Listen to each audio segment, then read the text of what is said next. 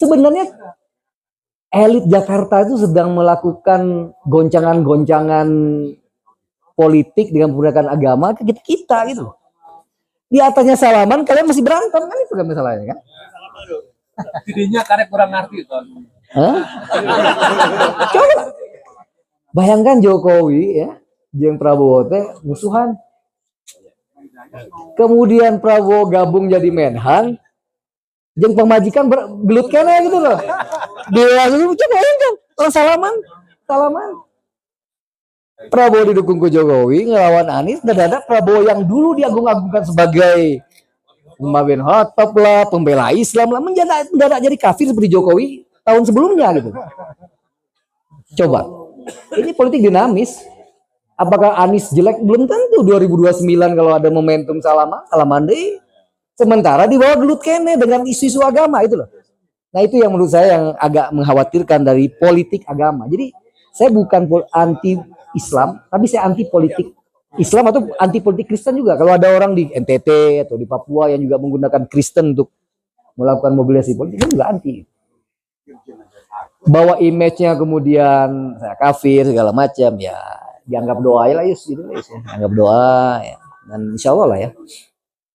Ya kalau dengan yang hujat-hujat tuh suruh balapan apa namanya musabako baca kitab kuning, wah kayaknya lah kira-kira. Ya.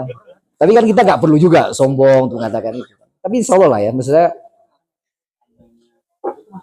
masing-masing orang punya pilihan, mangga. Nggak ada yang sama, itu kan bagian dari demokrasi. Tapi mungkin kita harus lebih hati-hati aja gitu.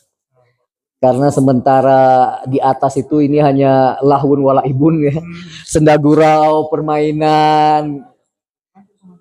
Tapi yang merasa terluka, yang merasa benci, kita gitu yang di bawah. Gitu.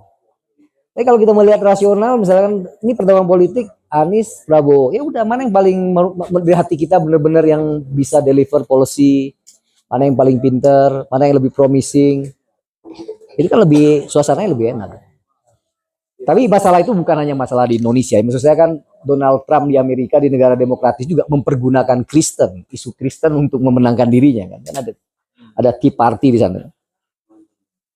Yang kampanye di gereja juga gitu. Maksud saya ya sama aja, Donald Trump sama-sama nggak masuk akal nih kalau bagi saya gitu. Jadi ini bukan klarifikasi dalam konteks inilah ya. Tapi sebagai teman saya mengatakan ya perbedaan politik itu tidak seperti yang banyak dilihat oleh orang di perdebatan-perdebatan di TV atau di koran.